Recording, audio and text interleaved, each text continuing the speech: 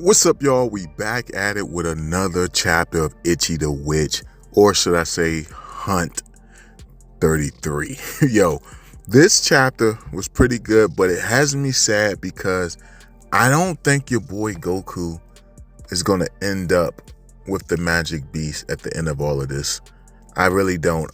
It's just a couple of things that were hinted to in this chapter that leads me to believe that.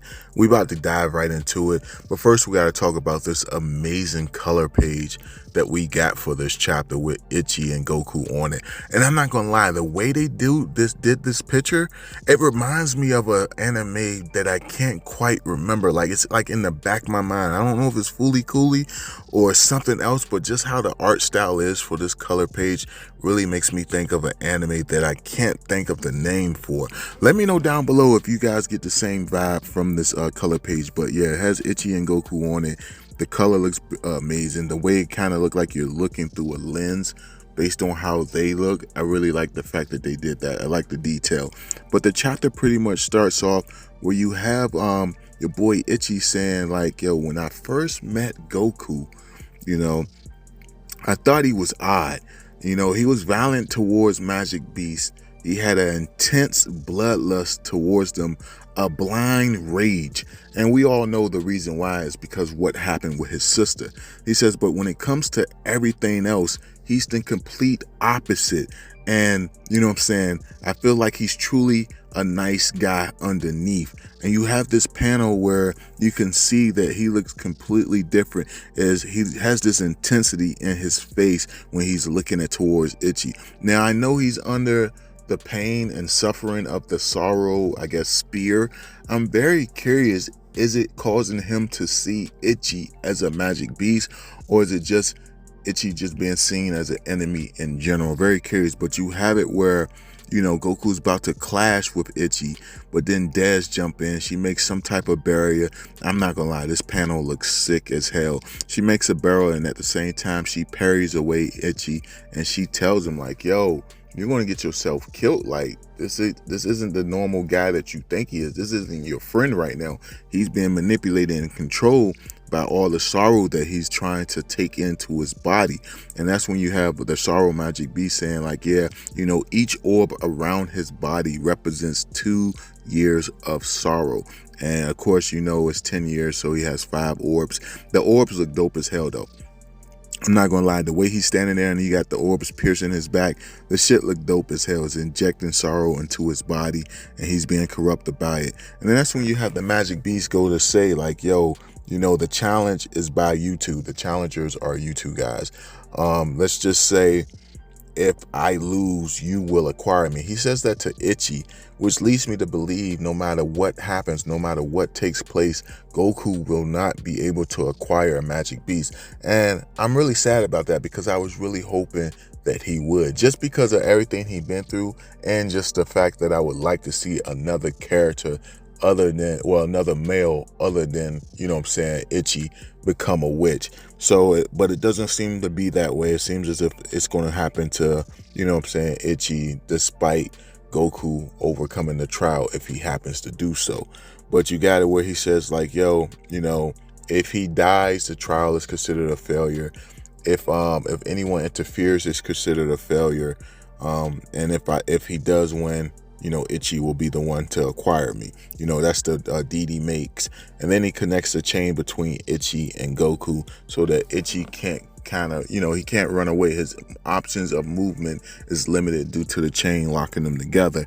And you have it where he has it where they're supposed to face off against one another. Next thing you know, you have it where he looks at Dez and he says like, yo, you know, you can't interfere anymore, because if you interfere, I'm gonna disqualify this trial. I'm gonna call it a failure.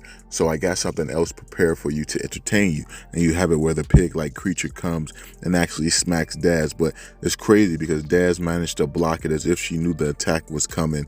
You see all of these eyes appear on this, you know, pig-like beast.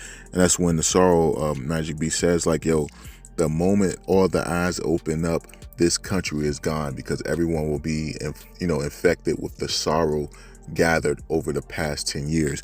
You have it where this sorrow magic beast goes to say like he can only inflict his sorrow on people that he's taken it from.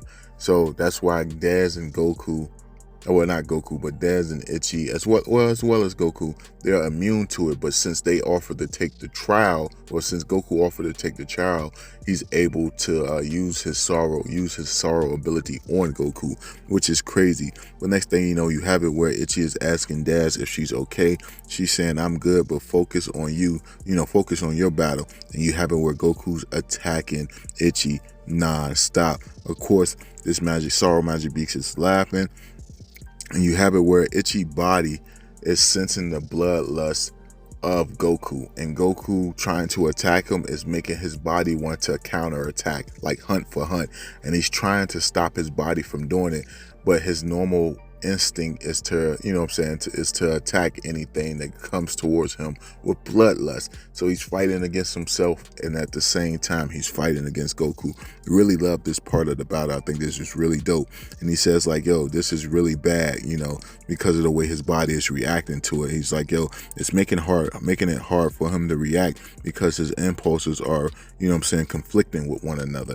And it shows how ruthless Ichi can be when it comes to like someone attacking him. His body instinctively automatically goes into kill mode, and he's fighting with himself. But then you have this moment where Goku starts attacking himself, and then you have it where he speaks to Ichi and he says, the heart, head, the stone on my back, like, yo, stab anywhere but there, and you can get it done. And it's pretty much Goku's telling Ichi like, yo, take me down. And of course he looks at Ichi and says like, yo, I leave this to you, because he knows he can't win this battle, because he can't overcome all of this grief and sorrow that he has to bear witness to within this trial. And then you have Ichi like look at himself and he says, yo, you got it, we'll make this work. And I'm very curious what's going to be the plan that they actually execute in order to overcome this sorrow and take down this Sorrow Magic Beast. I'm very curious what's going to be the technique that they use, because with Ichi holding his blade like that, after old boy telling him to stab him up, I really feel like there's a good chance that Goku might not make it out alive. We already know he's not going to get the Sorrow Magic Beast, which I really hate that. I just really hate the fact that that's going down that way. But I'm just really curious what tactic is going to happen, and if we're going to see any more great abilities from Daz. We've seen her do a bubble shield, we've seen her do a regular shield in this chapter. There's 2 more attacks we've seen her add, actually show that she's capable of doing. I'm curious if we're going to see any more new moves from her. I can't wait to see the next chapter, just because Daz is just showing, she just comes off as this very powerful character that truly does have feelings for the people around her, but she hides it, with her personality. But we'll just have to wait and see. If you like the video, thumb it up, please subscribe, hit the bell for all notifications, and I'll catch y'all in the next one, man. Peace.